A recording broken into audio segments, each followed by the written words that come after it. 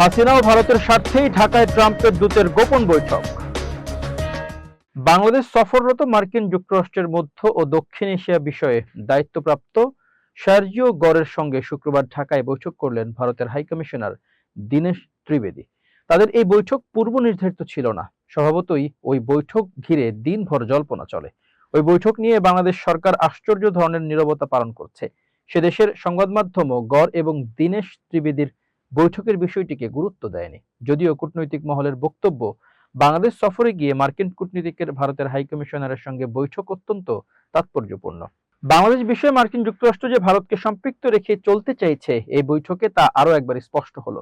যদিও সরকারিভাবে এই বৈঠকের কথা স্বীকার করা হয়নি। এমনকি দিল্লিতে ভারতের বিদেশ মন্ত্রকের মুখপাত্র রণধীর জয়সওয়াল শুক্রবার বিকালে বলেছেন, এই বৈঠক হয়েছে কিনা সে সম্পর্কে তাদের কিছু জানা নেই। একাধিক সূত্রের খবর, ভারতের হাইকমিশনার সন্ধ্যার বিমানে নয়াদিল্লি এসেছেন। গরের সঙ্গে বৈঠকের পর ভারতের হাইকমিশনারের স্বদেশ যাত্রা নিয়েও বেশ জল্পনা চলছে।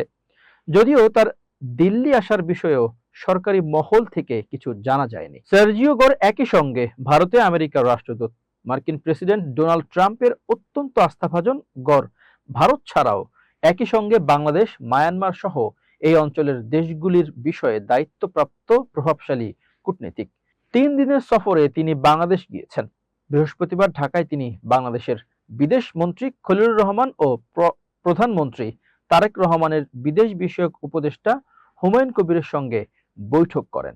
আলাদা করে বৈঠক করেন বিদেশ প্রতিমন্ত্রী শামা ওবায়দের সঙ্গে। শুক্রবার সকালে 8:30 থেকে 9:30 পর্যন্ত ঢাকার একটি অভিজাত হোটেলে তিনি বৈঠক করেন বাংলাদেশের দায়িত্বপ্রাপ্ত ভারতের হাইকমিশনার দীনেশ ত্রিবেদীর সঙ্গে। ওই বৈঠকের পর কক্সবাজারে রোহিঙ্গা ক্যাম্প পরিদর্শনে চলে যান মার্কিন কূটনীতিক। শনিবার তার বাংলাদেশের প্রধানমন্ত্রী তারেক রহমানের সঙ্গে বৈঠক হয়।